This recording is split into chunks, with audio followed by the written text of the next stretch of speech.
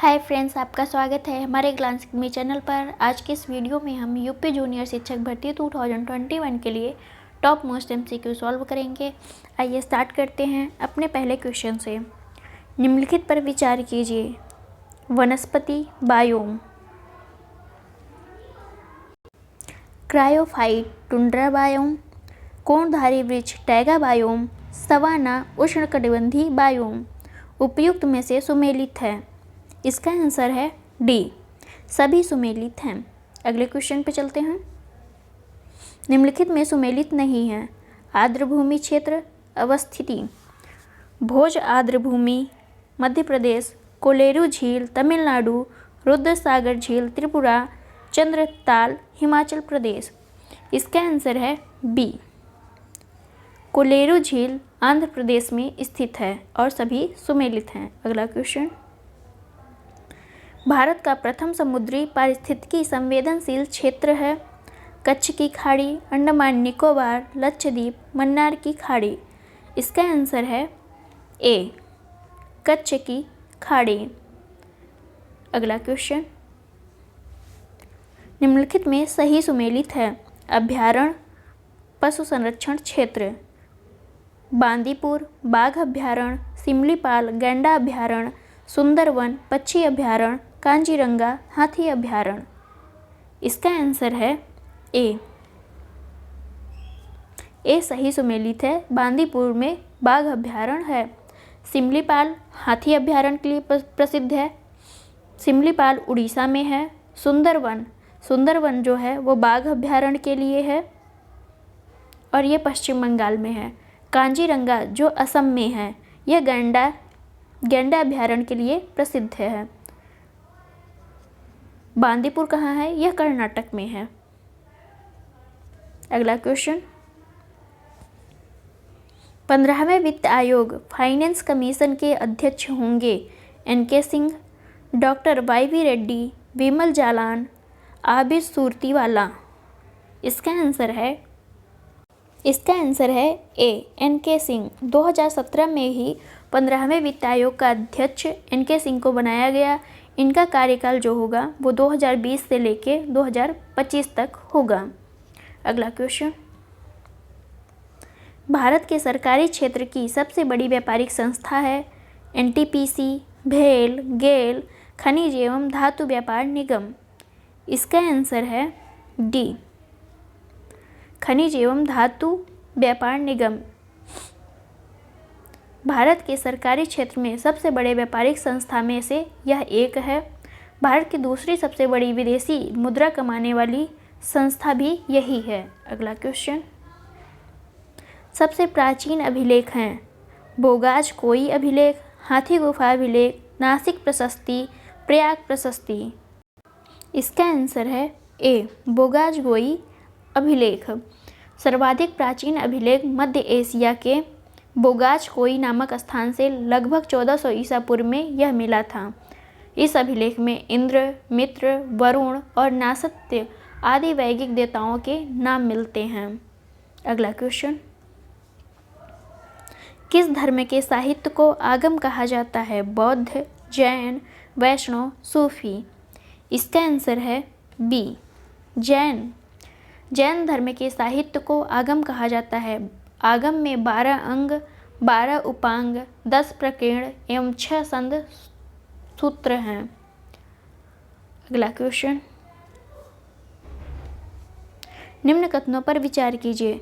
तमिल कवियों का समागम जिसे संगम कहा जाता है, यह संगम काल के प्रसिद्ध विजयनगर साम्राज्य में आयोजित होते थे।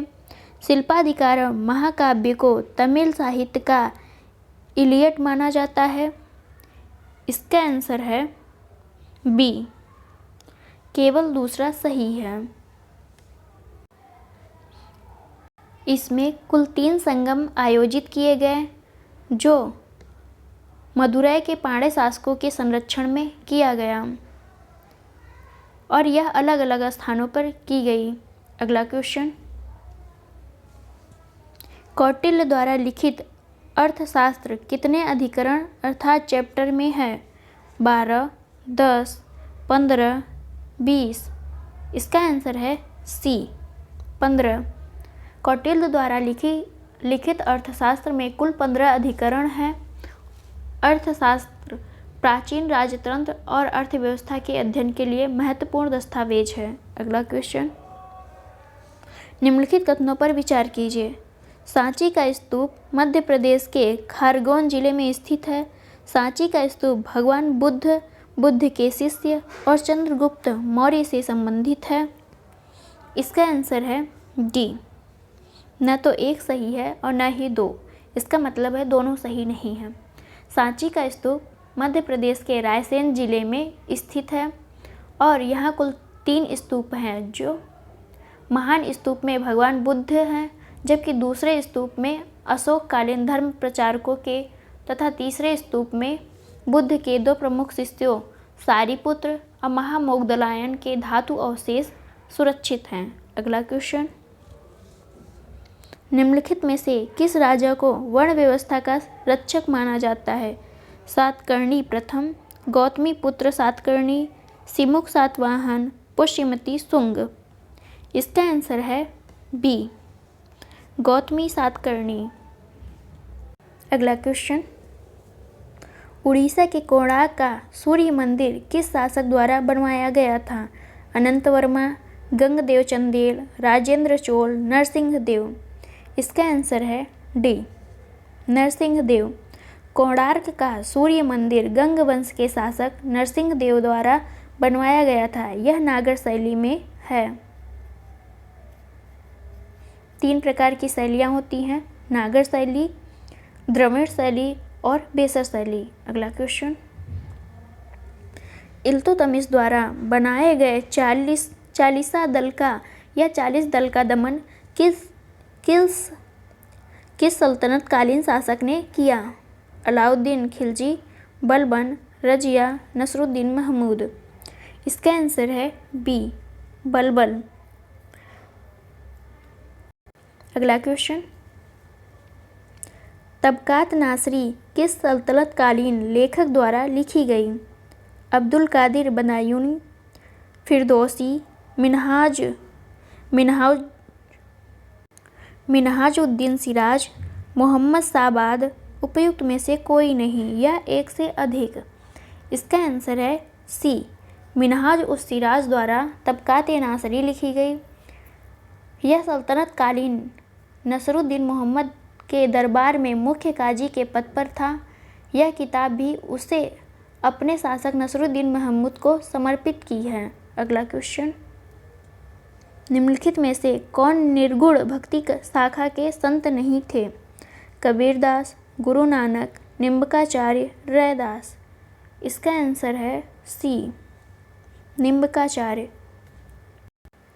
मध्यकालीन भारतीय इतिहास में भक्ति युग की 2 प्रमुख धारा थी, एक थी सगुण और दूसरी थी निर्गुण। और सगुण में तुलसीदास, वल्लभाचार्य, सूरदास, निम्बकाचार्य, मीराबाई आदि थी। और निर्गुण में जो था वो कबीरदास, गुरु नानक, मलिक मोहम्मद जायसी, रैदास, मलुकदास, सुंदरदास आदि थे। अगला क्वेश्चन, इनमें से कौन सा विदेशी यात्री दारा शिकोह और औरंगजेब के बीच होने वाले उत्तराधिकार की लड़ाई का साक्षी था? Edward Terry, sir Thomas Roe, Nicholas Manucci, Francis Bernier. इसका आंसर है D, Francis Bernier. Francis Bernier एक फ्रांसीसी यात्री था जो चिकित्सक था और यह शाहजहां के दरबार में आया था। उसी टाइम दारा शिकोह और औरंगजेब के बीच उत्तराधिकार की लड़ाई चल रही थी। अगला क्वेश्चन, इनमें से कौन 19वीं शताब्दी में हुए देवबंद आंदोलन का संस्थापक माना जाता है? सैयद अहमद खान, मोहम्मद कासिम ननौतवी, रशीद अहमद गंगोही। बी और सी दोनों। इसका आंसर है डी, बी और सी दोनों। मोहम्मद कासिम ननौतवी एवं रशीद अहमद गंगोही दोनों ने ही 1867 में 1867 में देवबंद उत्तर प्रदेश में इस्लामिक मदरसा की स्थापना की। अगला क्वेश्चन, औरंगजेब की मृत्यु के पश्चात बने उत्तर मुगल कालीन राज्यों के संस्थापकों का कौन सा युग्म गलत सुमेलित है? हैदराबाद के निजाम मुल्क चिनकिलिच खां, बंगाल मुर्शिद कुली खां, कर्नाटक सादुतुल्ला खां, अवध शुजाउद्दौला। इसका आंसर है डी। अवध के जो संस्थापक थे वो सआदत खां थे। अगला क्वेश्चन, प्रमुख जनजातीय विद्रोह और उनके नेता के गलत युग्म की पहचान कीजिए। कोल विद्रोह बुद्धो भगत गंगा नारायण, कूका विद्रोह मजनू शाह, संथाल विद्रोह सिद्धू एवं कान्हू, रंपा विद्रोह अलूरी सीताराम राजू। इसका आंसर है बी। बी गलत है। कूका विद्रोह के नेता भगत जवाहरलाल मल थे।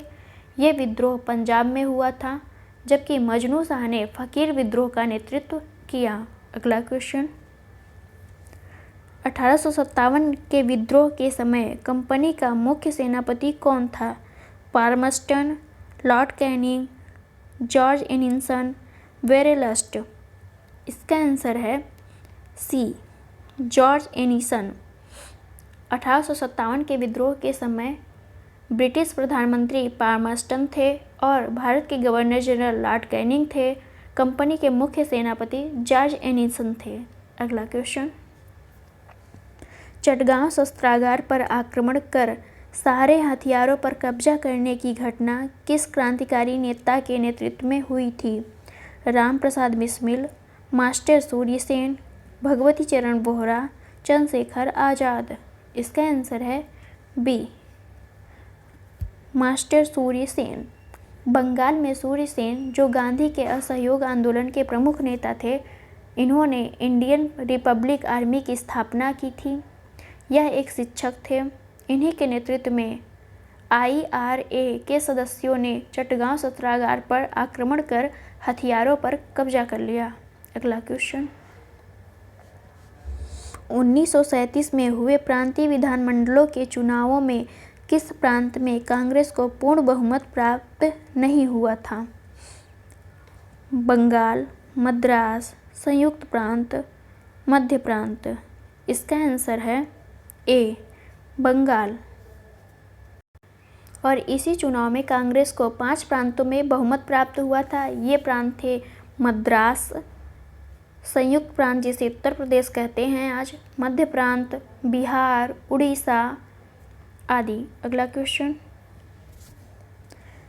फॉरवर्ड ब्लॉक की स्थापना सुभाष चंद्र बोस ने की थी 1940 में, 1939 में, 1934 में, 1930 में। इसका आंसर है बी, 1939 में। अगला क्वेश्चन, 1946 में जवाहरलाल नेहरू की अध्यक्षता में बनी भारत की प्रथम अंतरिम सरकार के मंत्रिमंडल के गलत युग्म की पहचान कीजिए। अरुणा आसफ अली रेल विभाग, जगजीवन राम श्रम विभाग, बलदेव सिंह रक्षा विभाग, राजगोपालाचारी उद्योग एवं आपूर्ति विभाग। इसका आंसर है डी। डी गलत है और सभी सुमेलित है। राजगोपालाचारी को अंतरिम सरकार में शिक्षा विभाग दिया गया था। शिक्षा विभाग। अगला क्वेश्चन, निम्न कथनों पर विचार कीजिए। मंडल आयोग का संबंध पिछड़ा वर्ग से था। इस आयोग ने अपनी रिपोर्ट 1990 में प्रस्तुत की। आयोग ने सामाजिक एवं आर्थिक आधार पर पिछड़ी जातियों की पहचान की। उपर्युक्त में से सही कथन है। इसका आंसर है ए, केवल एक सही कथन है।